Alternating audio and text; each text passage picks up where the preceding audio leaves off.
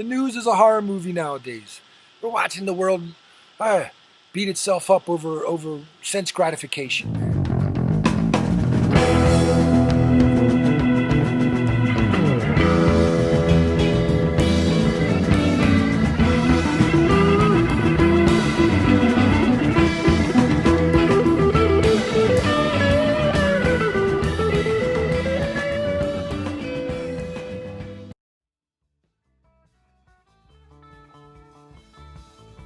Happy New Year, everybody.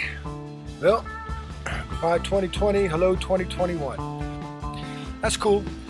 What I wanted to basically just pop on and talk a couple seconds on the opportunity that we have when our collective calendar rotates into one. Start off maybe some fresh goals, some fresh ideas on how to make this next year better than the last year. I know there's only so much you can do as there's been a global pandemic raging on around the world. So what can we do to make this year better than our last year, especially when we're struggling? Spiritual practice is one thing.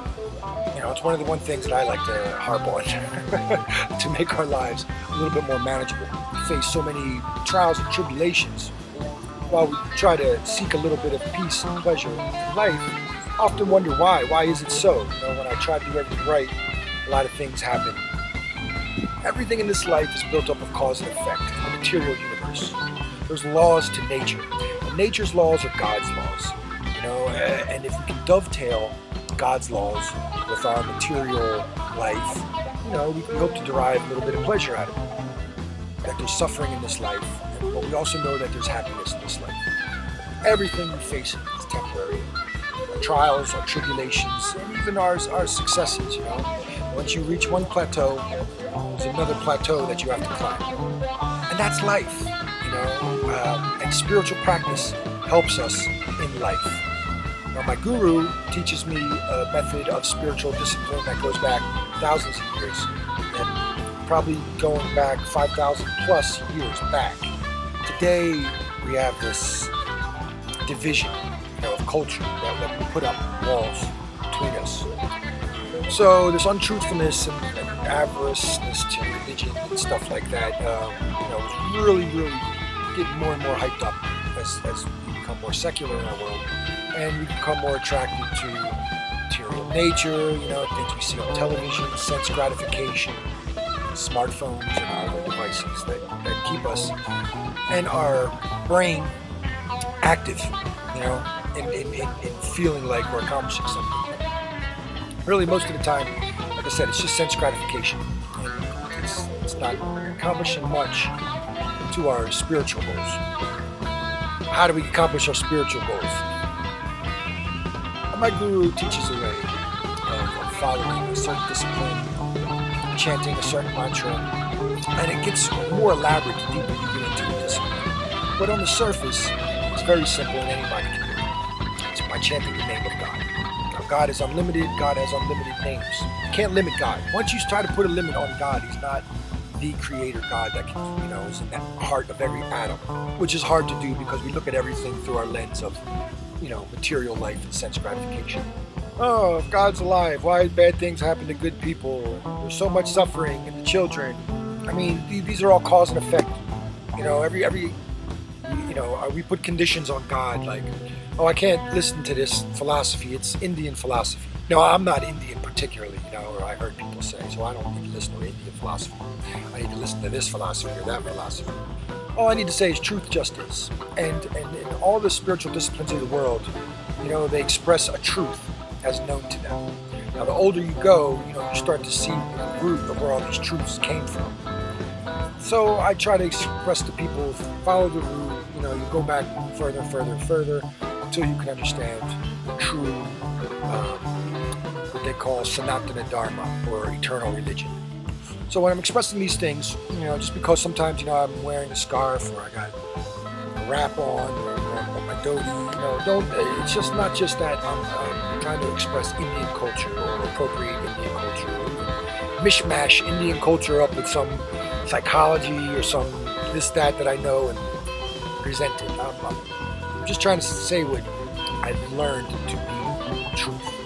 Just like the truth that I've found in my life, whether I'm right or wrong about these things, I've known them to be true because of practical application, not because of some poetic, esoteric sentiment. These are practical, philosophical, and material truths and spiritual truths that we can apply in our daily lives to make it better, to make it more manageable, digestible, bite-sized.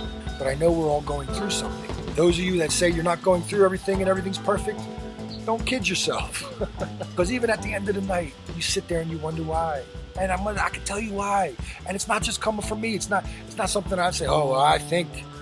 It's not just what I think. It's what I've learned. And I've learned this through reading what come before. 5,000 years of history, written language, everything from Egyptians to the Tibetans to the Vedas, to the Bible, to the Quran, to sutras and scripts and texts, to personal experience.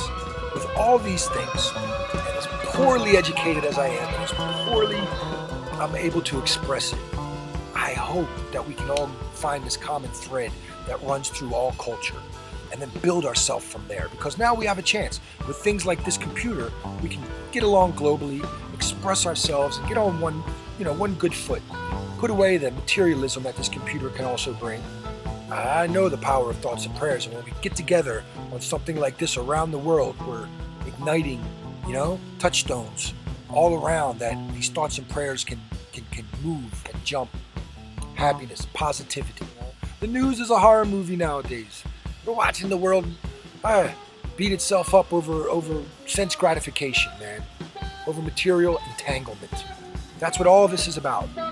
They say once we're attracted and entangled in the material life, we start to think that that's all that there is, and that's us. And then, we start to become lustful in our urges, passionate. I need this, I want that. And then whether we get it or can't attain it, somewhere along that line, when we lose, it breeds anger. And anger is just one of those things that is, the antithesis to leading a productive life. Nobody angry should be giving anybody advice on what to do, because you don't want to be like this person.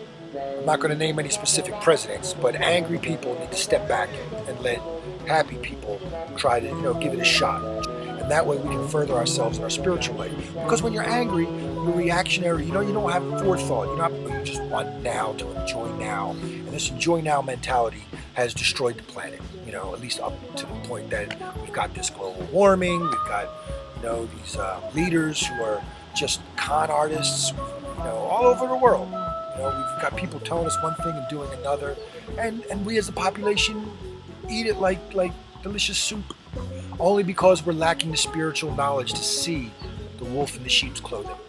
Read something good-hearted that can give you the mindset to go out into the day, and pay no attention to crossing cultural boundaries. Just because we were raised one way doesn't it doesn't box us in to experience the world and learn from what had come before us all around the world. So make this your practice for your new year. Let's become globally conscious. Let's become spiritually conscious. Let's become Krishna conscious. The spiritual vibration. I want to wish everybody a happy new year on all of those. Good night. Hare Krishna.